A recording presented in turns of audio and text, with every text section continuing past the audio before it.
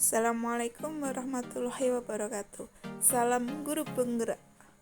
Di sini saya ingin menjelaskan eksplorasi konsep refleksi diri tentang pemikiran Ki Hajar Dewantara. Intisari pemikiran Ki Hajar Dewantara tentang pendidikan. Menurut Ki Hajar Dewantara tahun 2009, pendidikan dan pengajaran merupakan usaha persiapan dan persediaan untuk segala kebutuhan hidup manusia, baik dalam hidup bermasyarakat maupun hidup berbudaya dalam arti yang seluas-luasnya. Pendidikan adalah tempat persemaian benih-benih kebudayaan dalam masyarakat.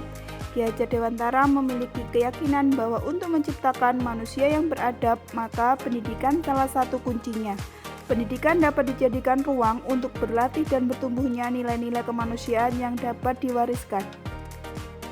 Setelah kita mempelajari intisari pemikiran Ki Hajar Dewantara tentang pendidikan, sekarang kita akan melanjutkan dengan tujuan pendidikan.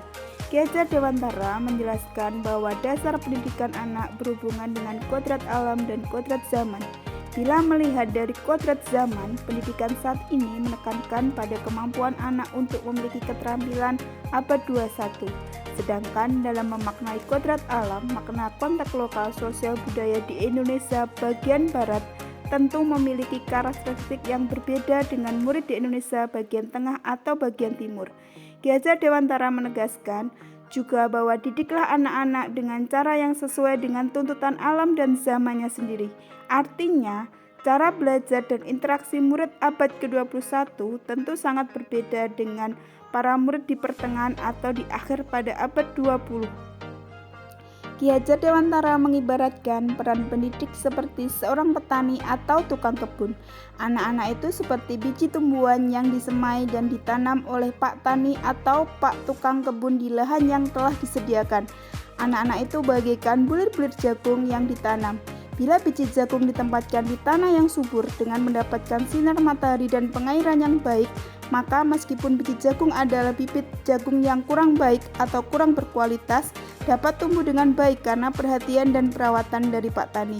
Dengan sebaliknya, meskipun biji jagung itu disemai dengan bibit yang berkualitas baik, namun tumbuh di lahan yang gersang dan tidak mendapatkan pengairan dan cahaya matahari serta tangan dingin Pak Tani, maka biji jagung itu mungkin tidak akan tumbuh dengan optimal. Pembelajaran dari filosofi Ki Hajar Dewantara adalah yang pertama, memerdekakan dan berpusat pada siswa.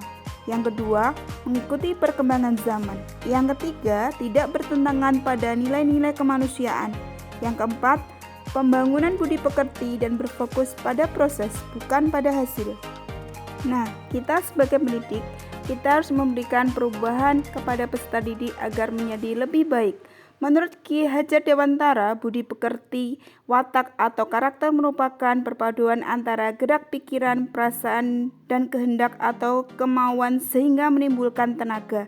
Budi pekerti juga dapat diartikan sebagai perpaduan antara cipta atau kognitif, karsa atau afektif sehingga menciptakan karya atau psikomotor. Budi pekerti melatih anak untuk memiliki kesadaran diri yang utuh untuk menjadi dirinya atau kemerdekaan diri dan kemerdekaan bagi orang lain. Filosofi Ki Hajar Dewantara akan terwujud jika 1. Guru bersifat among sesuai trilogi Ki Hajar Dewantara ing ngarsa sung tulodo ing madya mangun karsa tut uri handayani. Yang kedua, pembelajaran sesuai dengan kodrat alam dan kodrat zaman. Yang ketiga, kemerdekaan dalam memilih media dan strategi pembelajaran. Penerapan konsep filosofi KHD yang sudah saya terapkan di kelas adalah yang pertama, penggunaan dan memanfaatkan ilmu dan teknologi dalam proses pembelajaran. Yang kedua, pembelajaran yang berpusat pada siswa.